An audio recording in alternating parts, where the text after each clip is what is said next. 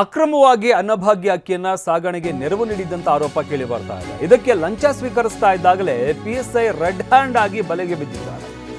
ಲೋಕಾಯುಕ್ತ ಬಲೆಗೆ ಬಿದ್ದ ಪಿಎಸ್ಐ ವಿಶ್ವನಾಥ ಮುದರೆಡ್ಡಿ, ಕಲಬುರಗಿ ಜಿಲ್ಲೆಯ ಯಡ್ರಾಮಿ ಠಾಣೆಯ ಪಿಎಸ್ಐ ವಿಶ್ವನಾಥ್ ರೆಡ್ ಹ್ಯಾಂಡ್ ಆಗಿ ಲೋಕಾಯುಕ್ತ ಅಧಿಕಾರಿಗಳ ಬಲೆಗೆ ಬಿದ್ದಿದ್ದಾರೆ.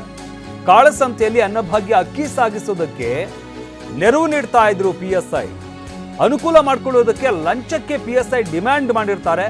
ಆನಂದ ಕುಸ್ತಿ ಎನ್ನುವವರಿಗೆ 50,000 ರೂಪಾಯಿ ಲಂಚಕ್ಕೆ ಡಿಮ್ಯಾಂಡ್ ಮಾಡಿರ್ತಾರೆ. 50,000 ಲಂಚ ಪಡೀತಾ ಇದ್ದಾಗಲೇ ಲೋಕಾಯುಕ್ತ ಅಧಿಕಾರಿಗಳು ದಾಳಿ ಮಾಡಿದ್ದಾರೆ. PSI Vishwanath, head constable Siddanna ಇಬ್ಬರು ಕೂಡ ಅರೆಸ್ಟ್ ಆಗಿದ್ದಾರೆ. ಲೋಕಾಯುಕ್ತ ಇನ್ಸ್ಪೆಕ್ಟರ್ ಅರುಣ ಮುರುಗುಂಡಿ ನೇತೃತ್ವದಲ್ಲಿ ಆದಂತಹ ದಾಳಿ ಇದು. ಈ ದಾಳಿಯಲ್ಲಿ ಈ ಪಿಎಸ್ಐ ಹಾಗೆ ಕಾನ್ಸ್ಟೇಬಲ್ ಇಬ್ಬರು ಕೂಡ ಅರೆಸ್ಟ್ ಆಗಿದ್ದಾರೆ. 50,000 ರೂಪಾಯಿ ಲಂಚ ಪಡೀತಾ ಇದ್ದಂಥ ಸಂದರ್ಭದಲ್ಲಿ ರೆಡ್ ಹ್ಯಾಂಡ್ ಆಗಿ ಸಿಕ್ಕಿಬಿದ್ದಿದ್ದಾರೆ.